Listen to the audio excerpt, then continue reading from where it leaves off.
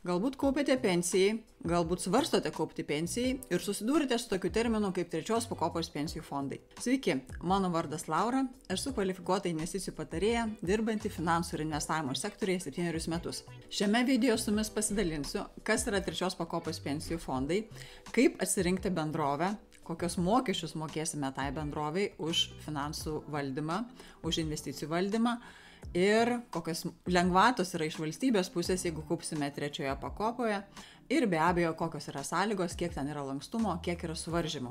Taigi, pradedam.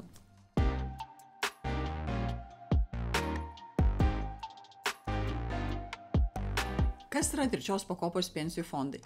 Visų pirma, trečios pakopos pensijų fondai tai būdas kaupti pensijai savarankiškai. Ir tokiu būdu, jei žmogus nusprendžia kaupti pensijai, jis pats nustato, kokią įmoką nori kaupti. Pavyzdžiui, galbūt tai yra 30 eurų, galbūt tai yra 130 eurų. Tai yra savarankiškas kaupimas, todėl mes savarankiškai nusprendžiame, kokią įmoką norime įmokėti. Atminkite, tai skiriasi nuo antros pakopos pensijų fondų kaupimo, kur įmoka yra automatiškai nustatyta minimum 3%, bet galima kaupti ir daugiau. Taigi trečioje pakopoje mes patys nusistatome, kokią įmoką norime mokėti ir reikia suprasti, kad ta įmoka nėra privaloma. Tai reiškia, kad aš galiu kažkurį tai mėnesį nemokėti, galbūt ir net visus metus nemokėti, tai nėra įsipareigojimas kaupti. Paprastai minimali įmoka yra 30 eurų, bet pavyzdžiui, aš sumoku pirmą įmoką ir toliau galiu nemokėti. Atminkite, aš neraginu jūsų nemokėti į savo trečios pakopos pensijų fondus, bet kodėl tą pabrėžiu, kad įmoka yra lanksti ir jos nėra privaloma mokėti, ogi todėl, kad dažnai žmonės įsivaizduoja, kad jeigu sudaro trečios pakopos pensijų fondų sutartį, tai ta įmoka tampa kaip įsipareigojimas ir kiekvieną mėnesį turi mokėti. Taigi taip nėra, tai yra jūsų savanoriškas sprendimas. Jeigu matote prasmę, akivaizdu, kad būtų logiška ir mokėti šias įmokas.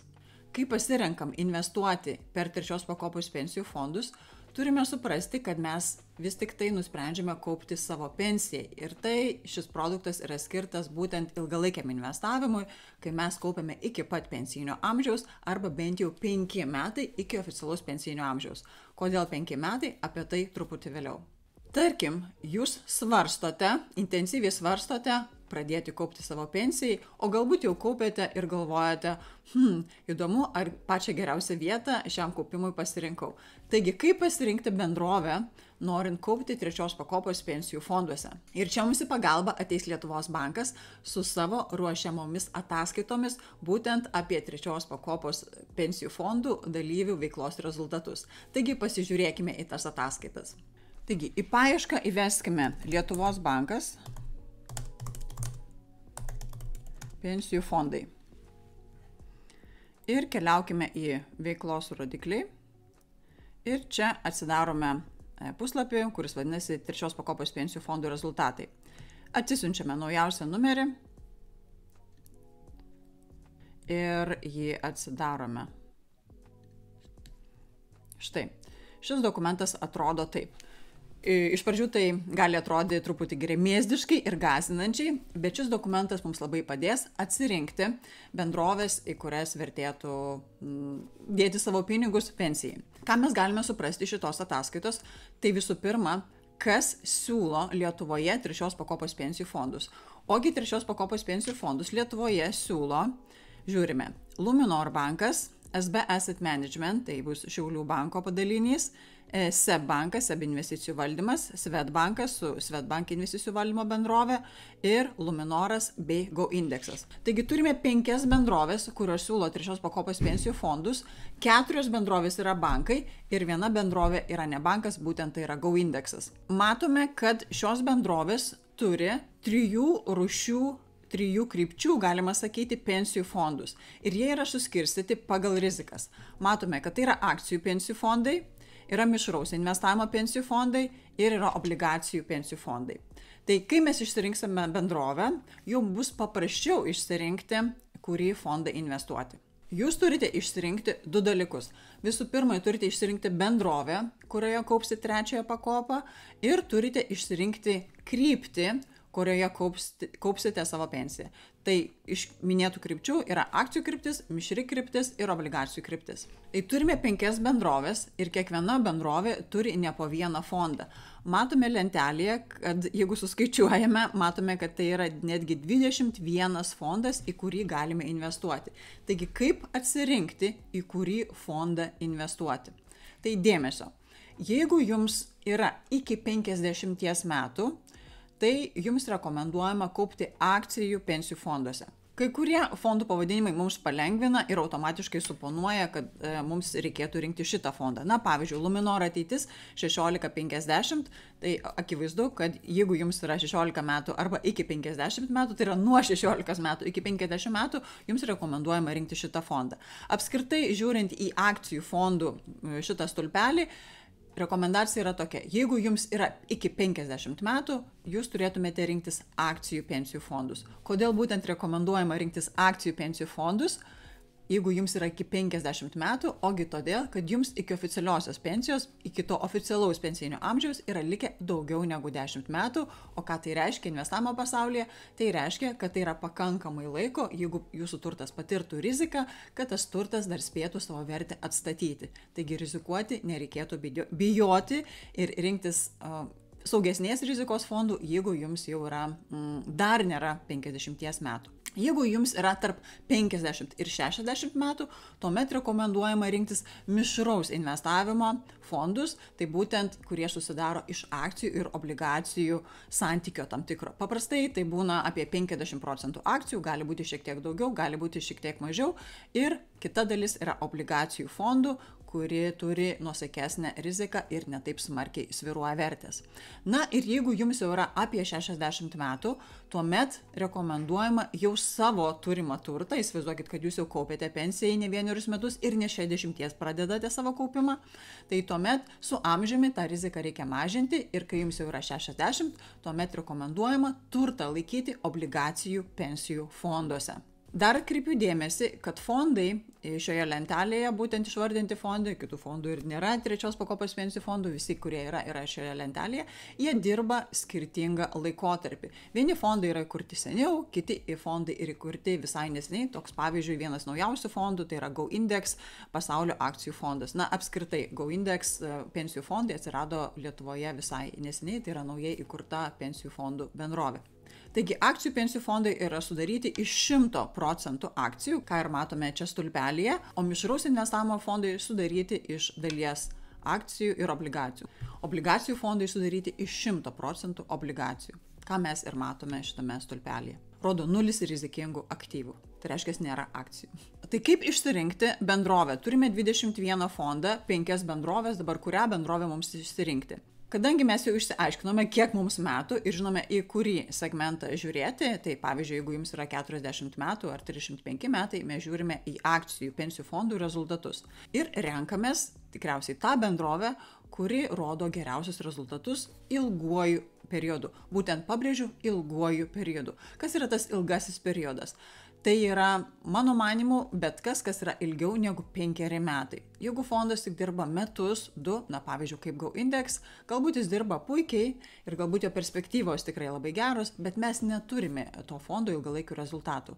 Ir belieka jums tik tai spėlioti, o kas bus dar po 2, 3, 4, 5 ar 15 metų. Pasižiūrėkime, kaip dirba fondai. Mes turime keletą laikotarpių, kuriuos galime analizuoti. Mes galime analizuoti 15 metų rezultatą, mes galime analizuoti 10 metų rezultatą, mes galime analizuoti 5 metų rezultatą, mes galime analizuoti 3 metų rezultatą ir galime analizuoti 1 metų rezultatą.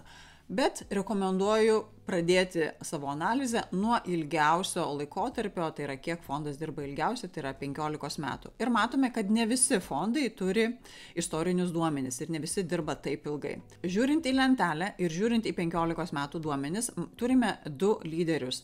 Tai yra būtent INVL fondas Drąsus ir kitas lyderis yra SEB pensija 18+. Jų rezultatai per pastarosius 15 metų vidutiniškai yra 9% per metus. Tai nereiškia, kad kiekvienais metais jie uždirbo 9%, tai reiškia, kad vidutiniškai per 15 metų, o tai reiškia, kad vienais metais galėjo būti ir minusas, kitais metais galėjo būti ir plus 20%, dar kitais metais galėjo būti ir mažesnės tos grąžos, vidutiniškai grąžos sugeneravo apie 9%, kas mano manimu yra labai gerai. Matome, kad kiti fondai nelabai atsilieka, galbūt labiausiai atsiliekantis yra šiai dienai INVL Extremo fondas, o visai vejasi ir Luminor ateitis 1650 pensijų fondas. Pasižiūrėkime į 10 metų rezultatų lentelę ir čia, ką matome, truputį vaizdas pasikeičia, čia jau lyderių tampa INVL Extremo 16+. 5 metų rezultatas, matome, vėl iššoka INVL Drąsus ir antroje vietoje INVL Extremo. O jeigu žiūrėsime 1 metų rezultatus, čia vienareikšmiškai, galbūt ne taip vienareikšmiškai, bet tikrai puikiai atrodo Go Index pasaulio akcijų fondas, dėja iš 3 metų rezultatų neturi, kai bus, pažiūrėsime, kai tas laikas sueis. O kitiems kaip sekėsi, taip pat puikiai sekėsi per pastarosius 1 metus ir Luminorui, tačiau mano rekomendacija, renkantis ilgalaikį investavimo produktą, žiūrėti į to produkto ilgalaikius investavimo rezultatus ir neužsikabinti ant 1 metų sėkmės. Nepateiksiu jums rekomendacijų, kuriame dabar fonde jums rekomenduočiau būti, ar SEBE, ar SVEDE, ar INVL, tai yra SB Asset Management.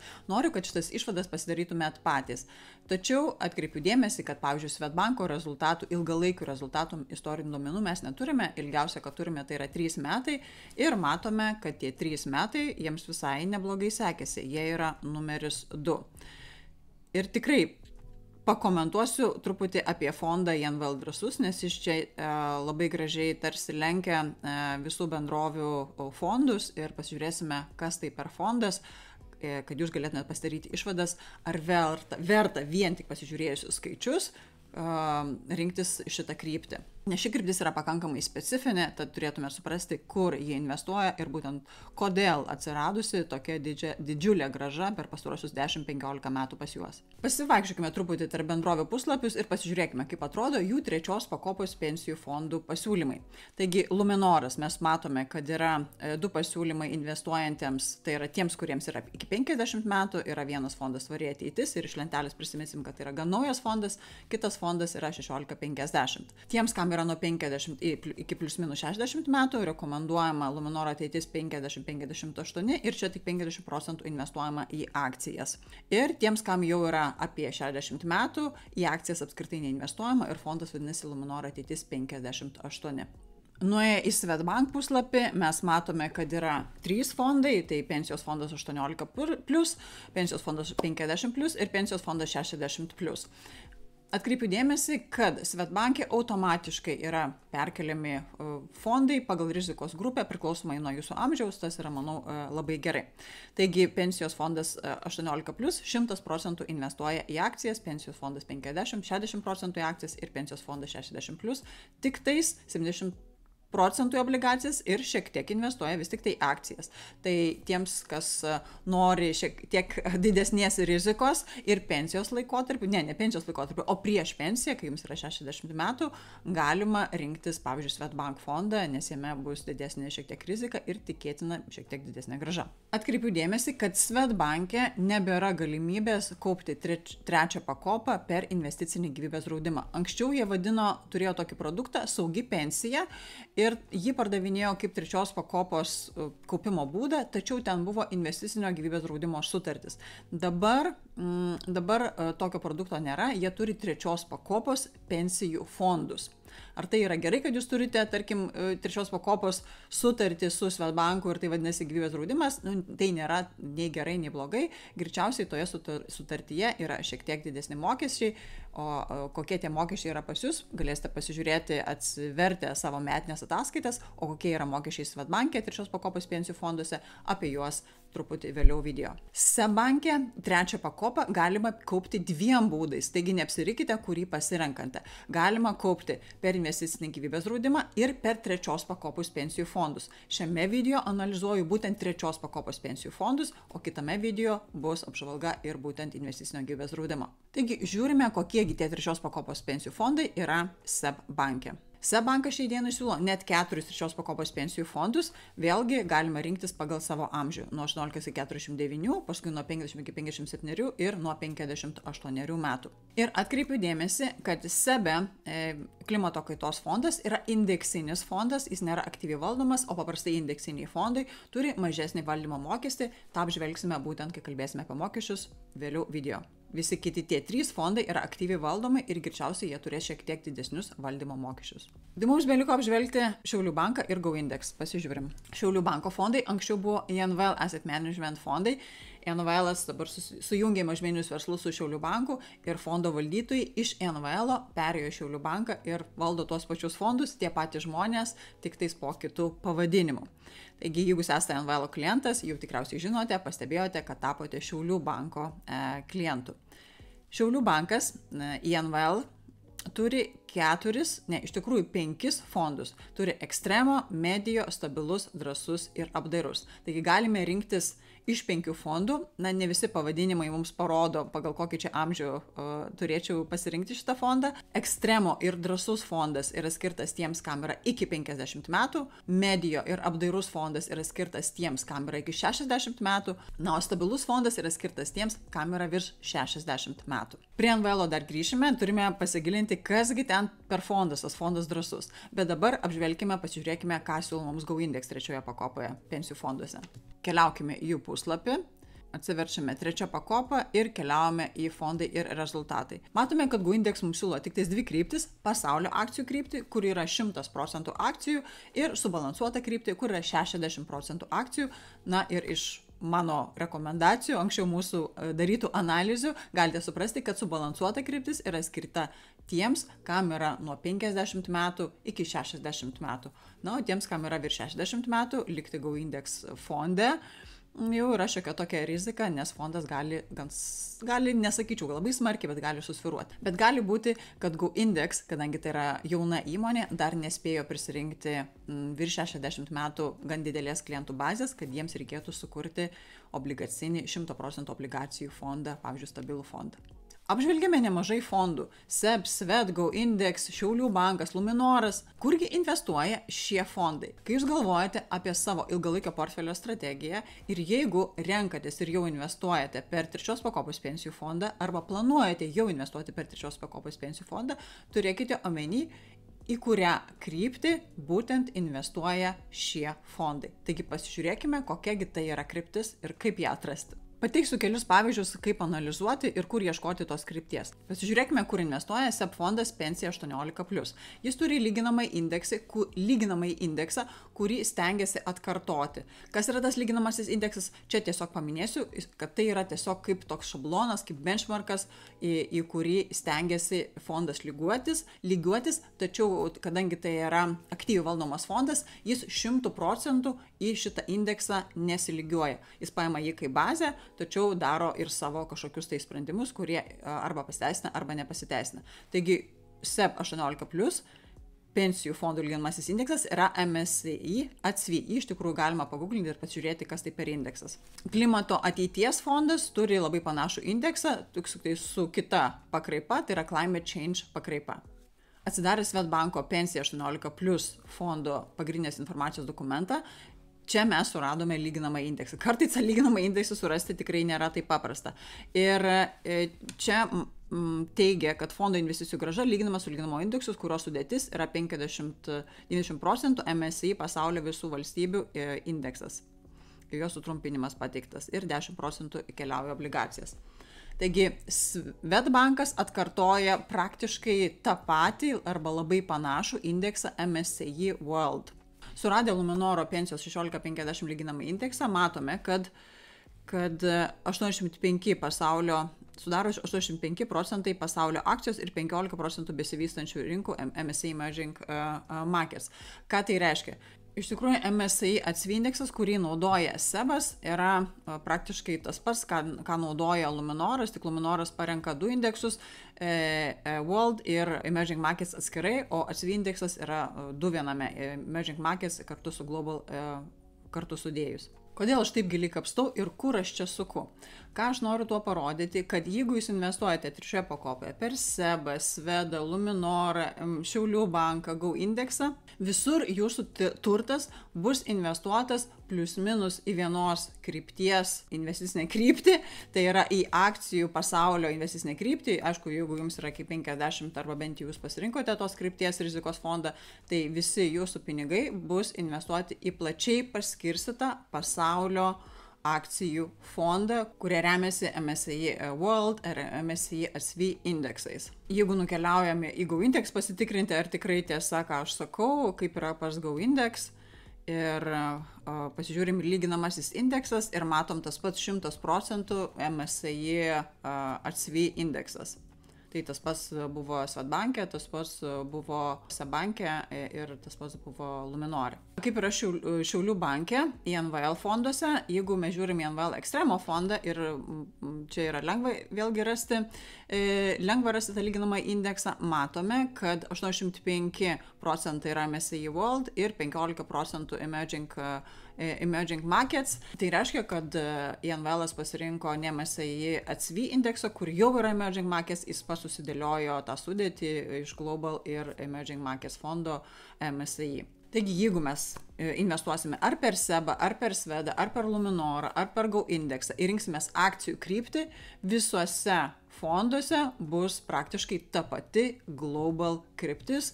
Vienur bus daugiau priemaišų besivystančio pasaulio, kai kur bus šiek tiek mažiau tų priemaišų besivystančio pasaulio, bet vis tiek mes investuosime plačiai per visą išsivyščiusi pasaulį į didžiausius sektorius, į didžiausias bendrovės, į didžiausius regionus ir mums nereikia sukti galvos, ar čia reikia pasikeisti kryptį, ar čia reikia pasikeisti fondą. Čia sudėliotas toks investavimas per trečią pakopą, kuris yra paprastas, jis tinka investuoti pasyviai ir tai nereiškia, kad tai yra blogas investavimas. Matėme iš rezultatų lentelių, kad ilguoju periodu, pavyzdžiui, per pastaruosius 15 metų galima buvo uždirbti vidutiniškai 8-9% vidutinę metinę grąžą. Ir noriu, kad prisimintumėt, INVL drąsus fondas iššoko su savo rezultatais, pasižiūrėkime, koksgi jo yra lyginamasis indeksas. Ar jis irgi investuoja į viso pasaulio kryptį? Atsiverčiame INVL drąsus puslapį, nukeliavome, kur yra lyginamasis indeksas. Matome, kad net 50% šito fondo turto yra investuojama į rytų Europos regioną. Tai kaip jūs manote, ar čia daugiau rizikos ar mažiau rizikos, negu investuoti plačiai per visą išsivyščiusių pasaulį? Mano subjektyvė nuomonė, tai yra šiek tiek daugiau rizikos, jeigu mes specializuomės būtent viename regione. Čia ne 100% viso turto investuojasi į šitą kryptį, bet 50%, kas manau yra irgi labai, labai daug. Taigi, jeigu nenorite tokios būtent specializacijos rytų Europoje, tai tuomet šio fondo nerekomenduočiau rinktis. Jeigu turite kažkokių tai įžvalgų, analizių, esat pasidarę ir labai tikite šito regiono ateitimi, jo perspektyvomis ir manote, kad jis uždirbs geresnę grąžą vidutiniškai ilguoju periodu, pavyzdžiui, per ateinančius 50 metų, negu vidutiniškai visas pasaulis, galbūt manote, kad čia koncentruosis didysis Europos progresas, tuomet valio labai būtų geras pasirinkimas. Bet turite suprasti, kad jūsų analizės gali būti ir klaidingos. Klausimas, ar galima pasirinkus vieną bendrovę vėliau pereiti į kitą bendrovę? Pavyzdžiui, pasirinkau SEBA, dabar noriu pereiti į Svedą, galbūt pasirinkau Svedą, dabar noriu pereiti į SEBA. Tai atsakymas yra taip. Čia vienas iš trečios pakopos pensijų fondų kaupimo privalumo, kad mes galime lengvai keisti bendrovės ir dažniausiai už tą keitimą mes nepatiriam kažkokių tai mokesčių, išėjimo mokesčių, baudų, tai galime lengvai vaikščioti, bet būtų geriau, kad išlauktume bent 1 metus. Kai kuriuose bendrovėse yra uždėta tokia sąlyga, kad jūs pabūkite pas mus bent 1 metus ir po to mes jūs išleisime nemokamai. Kai kuriuose bendrovėse, pavyzdžiui, Go index ir INVL, jūs galite vaikščioti net ir po mėnesio, sudarę sutartį, po mėnesio išeiti į kitą bendrovę. Aš to daryti tikrai nerekomenduoju, rekomenduoju atsirinkti bendrovę ilgam laikotarpiui ir, aišku, sekti tos bendrovės rezultatus, veiklą, bent kartą metuose pasitikrinti metinės ataskaitas ir jeigu matysite, kad rezultatai dėl kažkokių tai priežasčių važiuoja žemyn, galbūt vertėtų susitikti su konsultantu, su pačia bendrovė, pakalbėti apie jų strategiją, galbūt jie turi kažkokių tai slaptų strategijų, kurios pasiteisins ilguoju laikotarpiu, bet trumpuoju laikotarpiu turi prastesnę grąžą. Pasižiūrėjome gražas, pasižiūrėjome, kokios yra bendrovės, pasižiūrėjome, kokie fondai. Kitas kriterijus, pagal ką vertėtų atsirinkti arba bent jau atkreipti dėmesį, pasižiūrėti, kokiegi yra bendrovių mokesčiai. Taigi, kaip mums analizuoti? Aišku, galime vėlgi eiti per visas bendrovės ir jų puslapius ir tokiu būdu analizuoti, bet Lietuvos bankas mums supaprastino šitą darbą ir yra paruošęs mokesčių ataskaitas. Taigi, mums teks keliauti į tą patį puslapį ir atsidaryti kitą dokumentą, kuris vadinasi trečios pakopos bendrovių mokesčiai. Pasižiūrėkime. Taigi keliaukime į Lietuvos banko trečios pakopos veiklos rodiklių puslapį ir atsidarykime dokumentą, kuris vadinasi trečios pakopos pensijų fondų mokesčiai. Paspauskime ir jį reikės mums nusikrauti į kompiuterį ir po to atsidaryti. Aš jau esu atsidariusi. Pradėkime nuo paprastų dalykų, ar mums kainuoja išeiti iš vienos bendrovės į kitą.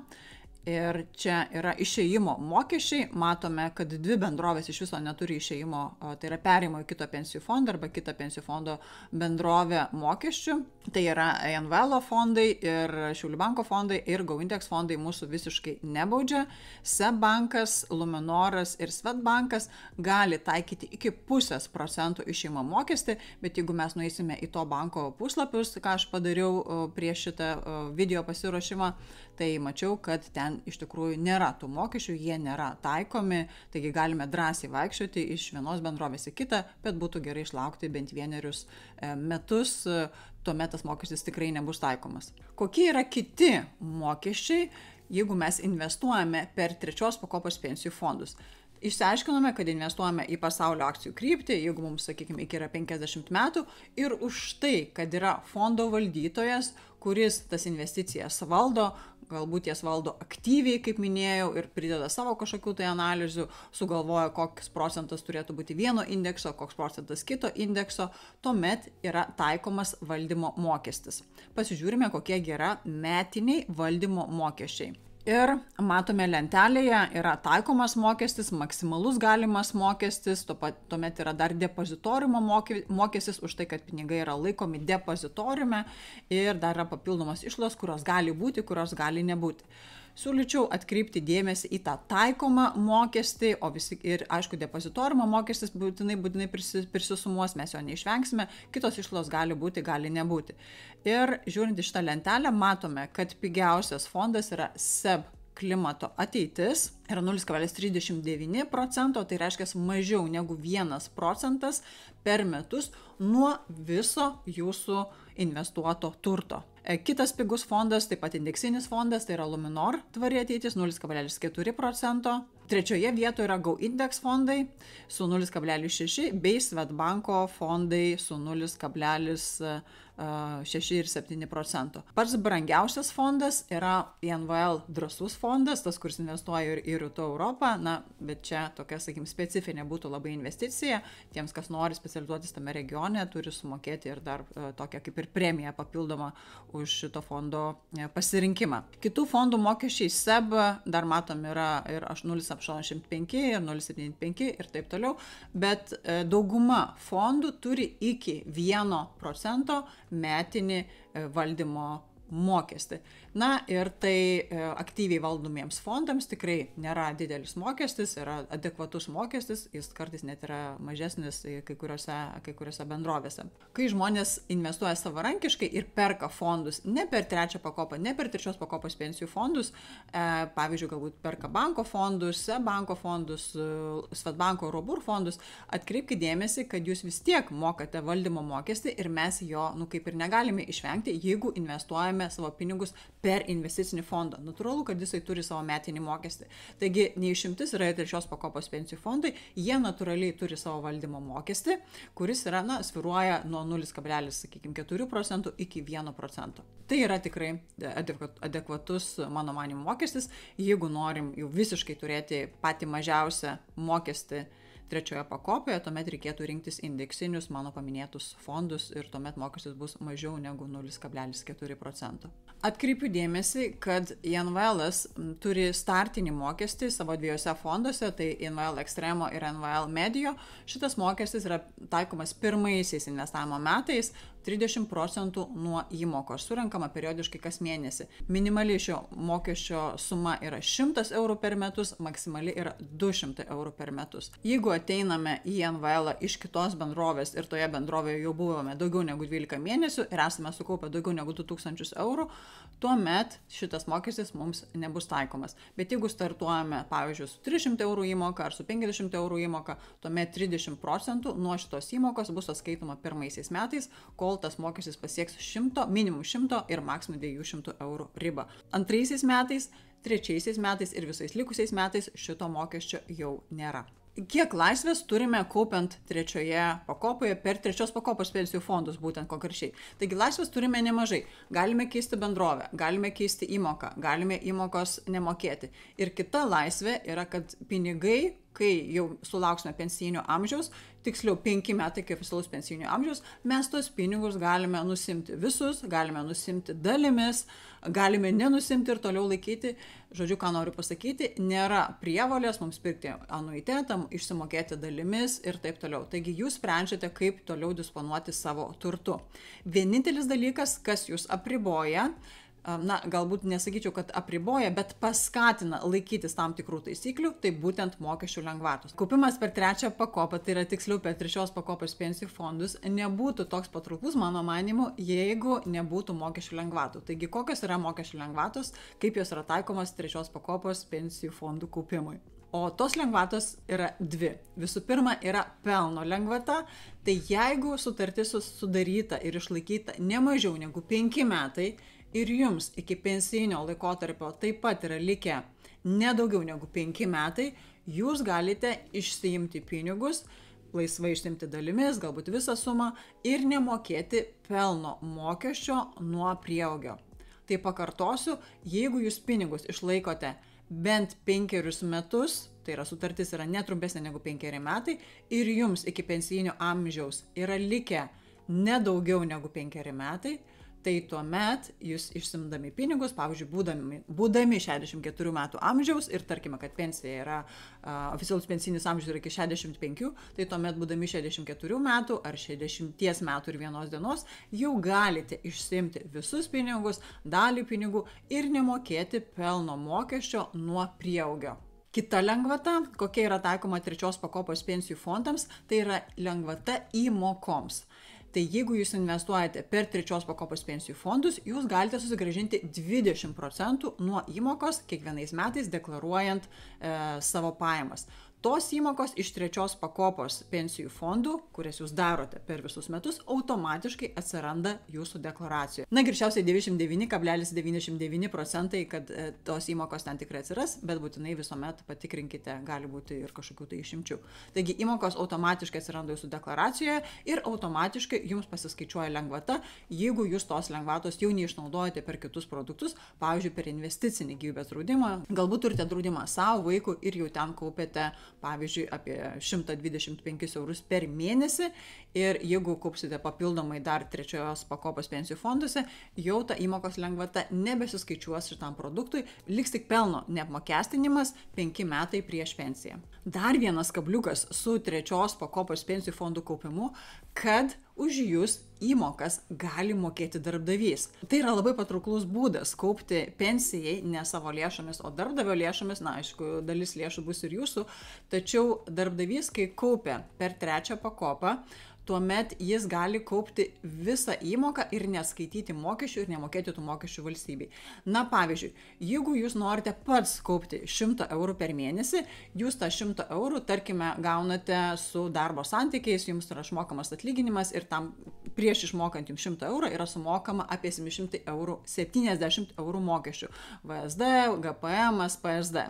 Taigi, pasakote savo darbdaviui, aš noriu iš savo pinigų įdėti 100 eurų į trečią pakopą, ar gali tą įmoką mokėti darbdavys, tuomet darbdavys gali jūsų pensijų fondą mokėti ne 100 eurų, o 170 eurų, 70 eurų jis mokės nesumokėtų mokesčių sąskaitą. Taigi, tokiu būdu jūs galite gauti tokį kaip ir paskatinimą, 70% paskatinimą kiekvieną mėnesį už tai, kad kaupėte trečią pakopą, pensijų fondų produktą turite ir įmokas daro darbdavys. Unikalus būdas kaupti, tačiau dėja Lietuvoje ne visi darbdaviai, toli gražu ne visi darbdaviai, labai nedidelė dalis darbdavių, sakyčiau, iki 10% darbdavių, galbūt ir mažesnė dalis, siūlo savo darbuotojams tokį kaupimą pensijai. Jeigu jūsų darbdavys nesiūlo, tikrai siūlyčiau būtinai su juo pasikalbėti ir pabandyti tą įgyvendinti ne tik savo, bet ir savo kolegoms.